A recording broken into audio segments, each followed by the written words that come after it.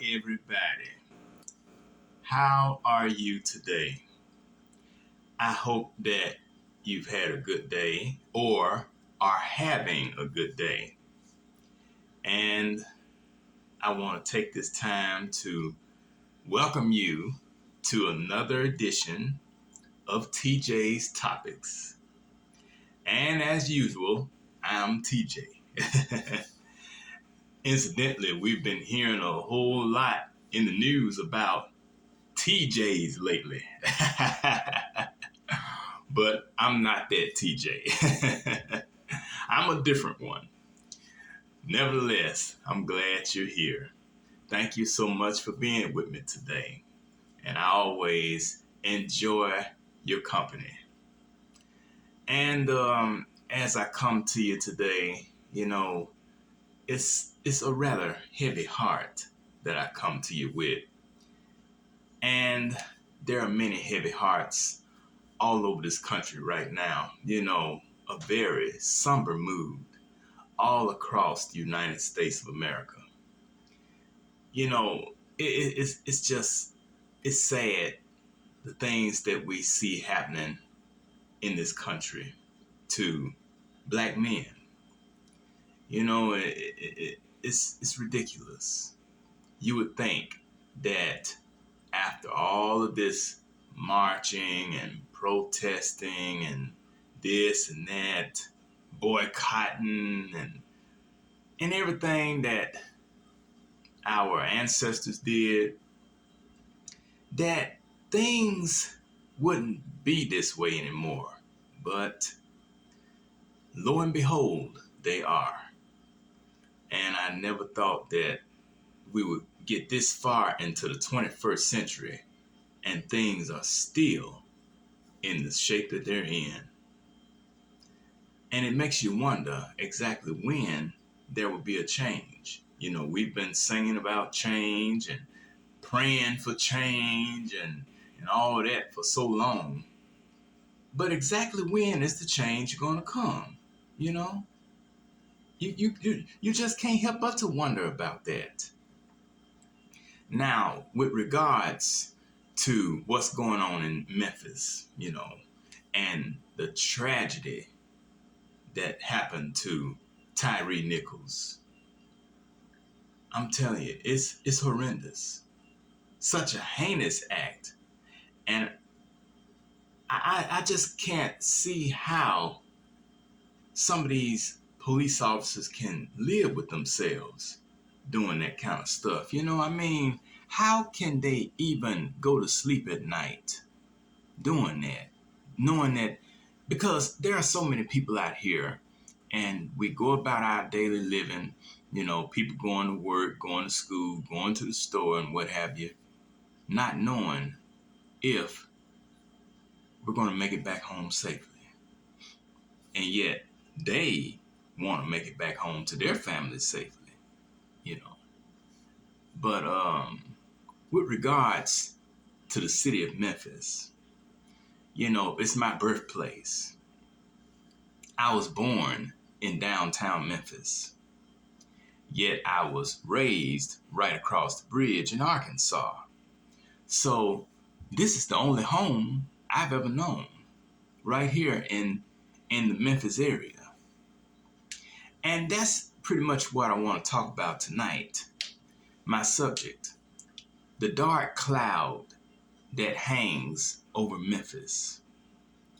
And I'm telling you, there has been a dark cloud hanging over Memphis, Tennessee ever since 1968 with the assassination of Dr. Martin Luther King Jr. Memphis has been through a lot. A lot of things have taken place in Memphis. A lot of tragic things, a lot of bad stuff, both in the past and in the present. I mean, if I had time, and if I had it on paper, I could give you a list of things terrible that have happened in the city of Memphis, Tennessee. But for the sake of time, I'm not going to even bother with it. But it's been a lot, you know. And one reason why I think that Memphis, Tennessee has been the way it is for over 200 years, because it's been around for that long, is because of its close ties to Memphis, Egypt. And for those of you who are familiar with the story of Pharaoh and Joseph in the Bible, then you know that Egypt faced some tumultuous times in their history, and it was awful, you know, even going through a severe drought and 7 years of famine, which preceded the 7 years of plenty, according to the narrative. Well, just as it was in Egypt, with Memphis being the capital city, so it is in Memphis, Tennessee. Of course, in Egypt, they had pyramids. In Memphis, Egypt, and in Memphis, Tennessee, we have a pyramid, which is now the Bass Pro Shops sitting right there on the banks of the river. And then, just like in Memphis, Egypt, they had a river running right down through there, the Tigris River. Well, we have a river that runs down beside our city as well, the Mississippi. So there are close ties between Memphis, Egypt, and Memphis, Tennessee.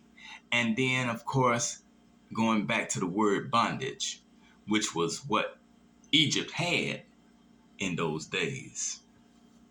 Well, for those who live in the city of Memphis, Tennessee, then they experience bondage as well. Financial bondage. Many people who are unemployed or underemployed, not being able to pay their bills, their rent, their mortgage, not being able to adequately feed their kids. Really not being able to enjoy life on their terms. Those are some of the problems and some of the issues facing citizens in Memphis.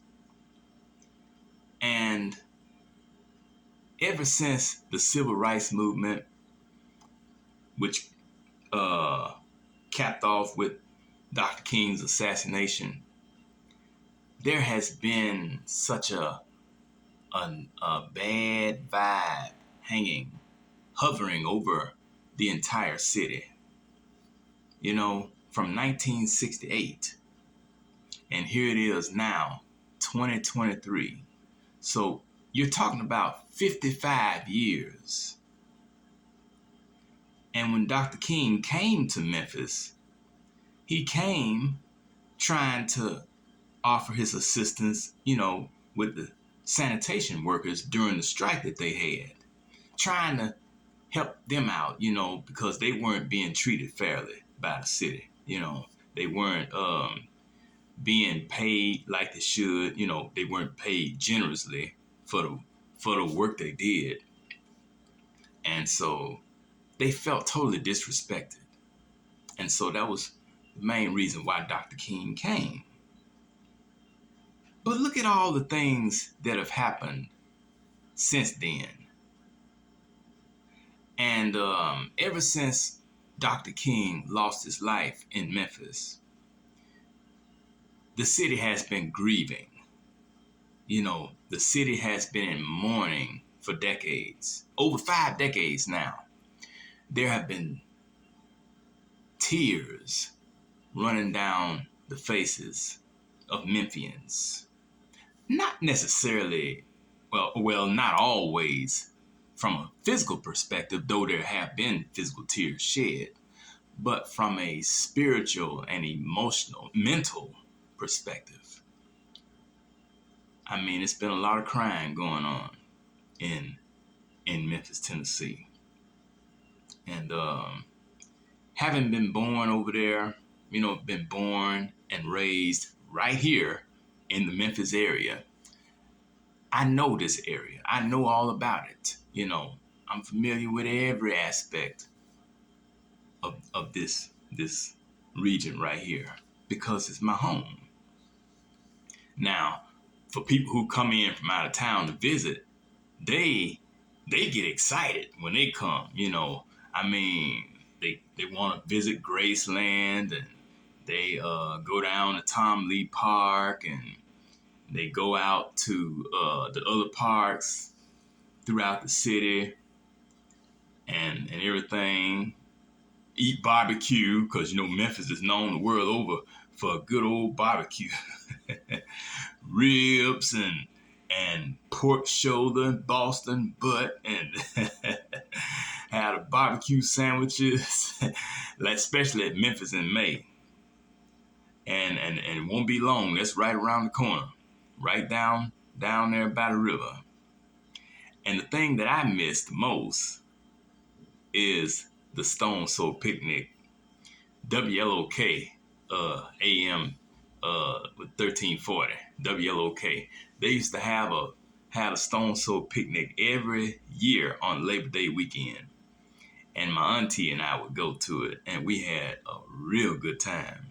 Good gospel music and so much more. Good food, plenty of fun and excitement. We would be out there all day and then over into the night. Had thousands of people there. Sometimes it would be upwards of 10, 15,000 folk to show up at the picnic. And it was good. Those were good times. But in spite of all the good times we've had, hanging out on Beale Street and walking up and down Main Street, riding the trolleys, eating fish and eating ribs and barbecue, baked beans and stuff. In spite of all of that, there has been one sad moment after the other in Memphis. And I know crime is everywhere. We know that. But it seems as if in Memphis, it's just every day. You turn on the news, it's always something. People getting shot and all that kind of stuff. It's awful. And all of that falls under the umbrella of darkness, sadness, gloominess. It's a melancholy spirit throughout the city. And it ought not be, but, it is. And I know that there are so many other cities who have experienced tragedies as well. But to me, and I may be wrong, but it seems as if, for the most part, those cities are progressing. They don't seem to be stuck in a rut, if that makes sense. They seem to be moving forward, moving onward and upward, as they say, despite the things that have happened in the past that weren't good. But that's not the case with my birthplace. Memphis, Tennessee has sort of been held right here. It's been stuck right here ever since 1968. In fact, there's a building that I used to go in when I worked at the law firm in downtown Memphis years ago. And matter of fact, it was 20 years ago. Next month will mark the 20th anniversary since I first started working in a law firm in downtown Memphis. And I went to the interview on Valentine's Day. And then I got the call, I think it was that Monday morning after Valentine's Day, because Valentine's Day was on Friday that year. And so the lady called me that Monday morning, asked me was I ready to come to work, and I told her I was. And I started work on that Tuesday. But yes, Valentine's Day this year, which is coming up in February, will mark the 20th anniversary since I first started working in downtown Memphis. And I was in my early 20s, 23 years old to be exact. And I had I'm talking about a sure enough good time working and playing around in downtown Memphis. During my lunch hour, I would hang out on Beale Street and go to Peabody Place and kick it over there, go to the library across the street from the office building where I worked, and walked up and down the street shopping, going to Family Dollar. And I tell you, I tried. It was downtown Memphis was my home away from home. And I think about those times, and things were it was a lot safer then. It wasn't like it is now, where you got to be fearful of everything, looking over your shoulder every time you turn around. I could park my car at this parking lot on Madison Avenue, pay $2 to park there all day, and just stroll up and down the streets, all up and down through downtown Memphis back in the day. And wasn't worried about a thing. I had a good time.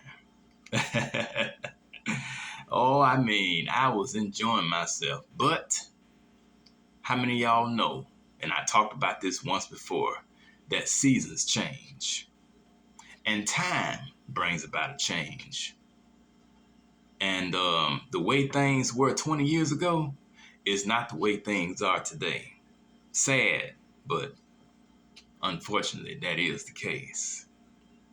If the world was anything like it was 2 decades ago, it would be a little different. Technology was different 20 years ago. We didn't have cell phones with cameras and the internet, and there was no social media. And a lot of things that we have today, we didn't have 20 years ago.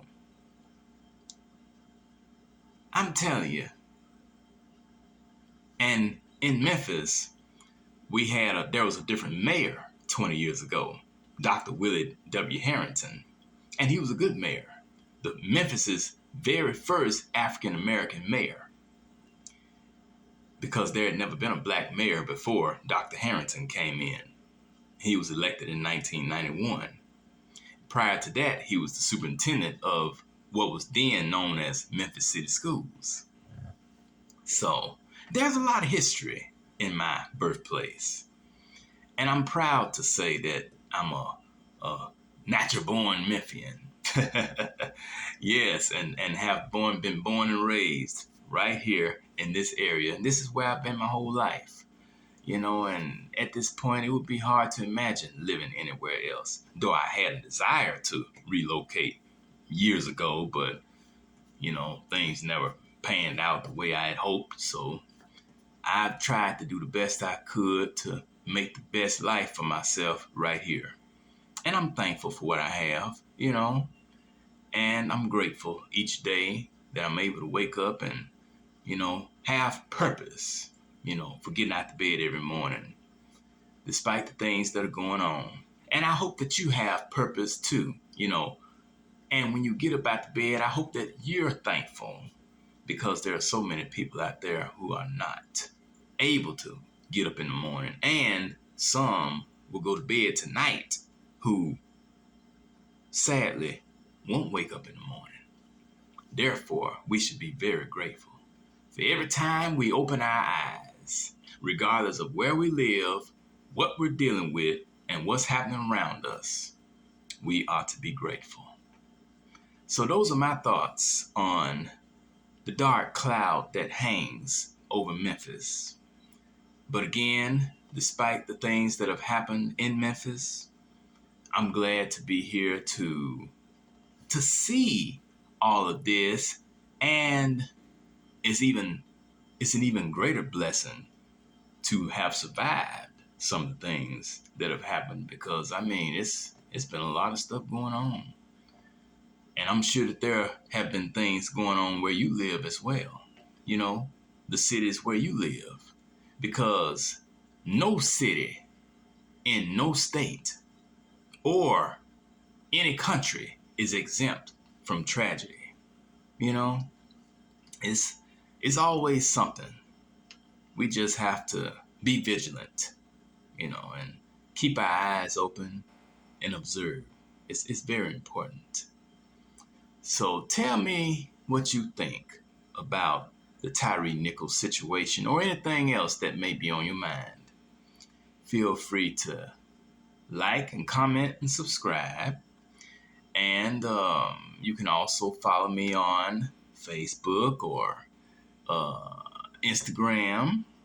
Look for TJ Harris 1979. TikTok, Taryn Jerome Harris.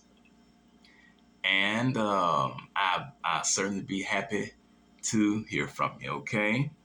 Again, I want to say thank you for tuning in. And let's all keep Tyree Nichols' family in our thoughts. And let's extend our love to them and to the entire city of Memphis, Tennessee, okay?